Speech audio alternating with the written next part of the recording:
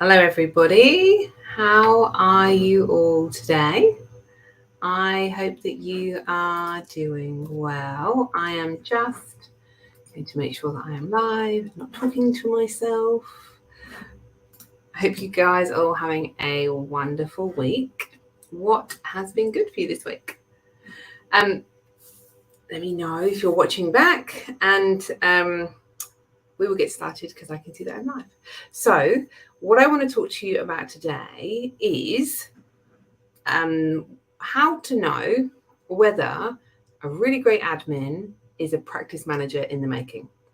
And in that, stop you from making the mistake that I really commonly see people make, which is whether they promote a great admin to be practice manager, and then it really doesn't go well, and then they're trying to backpedal out of that position. So my name's Sian Burton. I am a marketing consultant and business coach. I work exclusively with women who are private practice owners in the allied health space, and I help them to scale their practice to 7 figures and beyond in a way that feels really good. So let's dig into this concept of the great admin and the question around should they be practice manager or not. What I find often happens is that you have an admin who is really, really good at following systems. They have initiative. They do really well. They do a great job of running the admin position and supporting the practice in that role.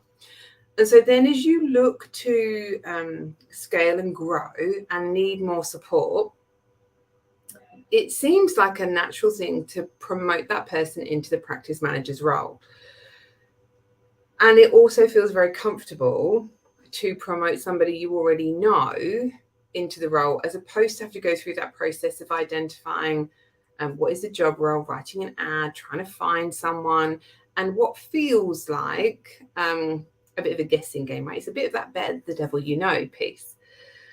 But what I often see happen is if that admin is not suitable to be a practice manager, the wheels start to fall off, right? So you start to give them more to do, you start to ask more complicated things of them, you start to need greater support, and it just starts to fall apart. And what happens is actually the things they were really good at, they start to drop the ball on because they're so overwhelmed with what you're asking them to do.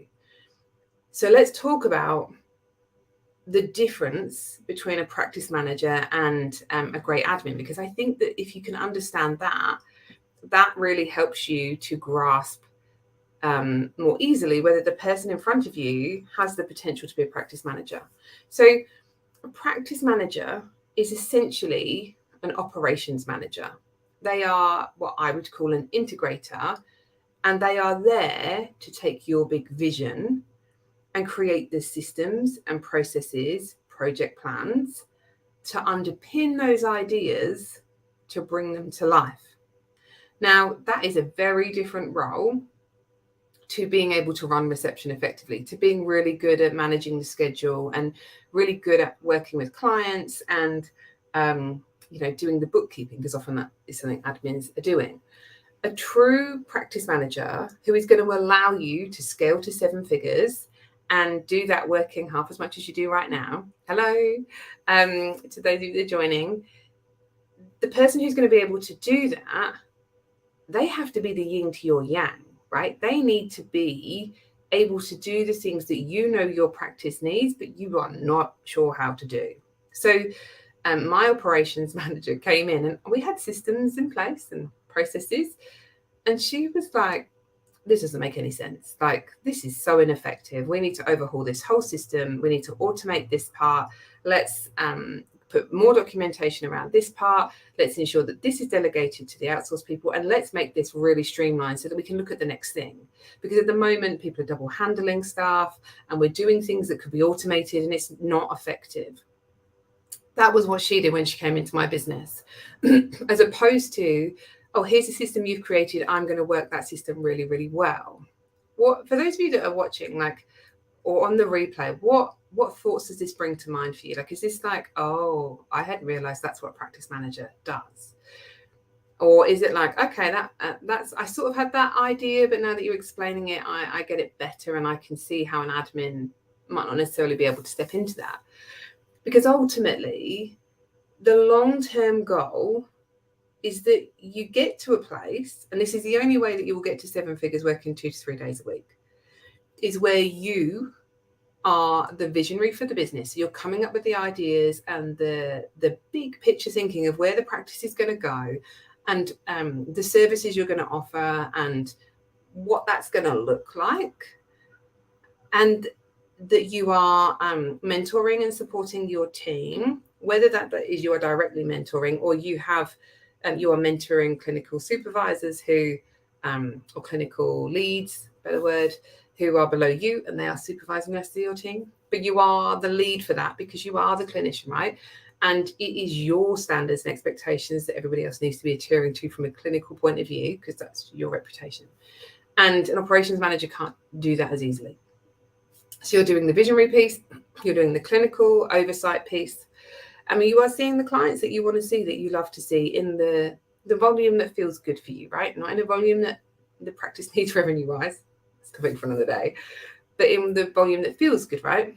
Everything else is being done by your practice manager. So they are facilitating the bookkeeping, they are facilitating the financial forecasting and oversight of where the business is at.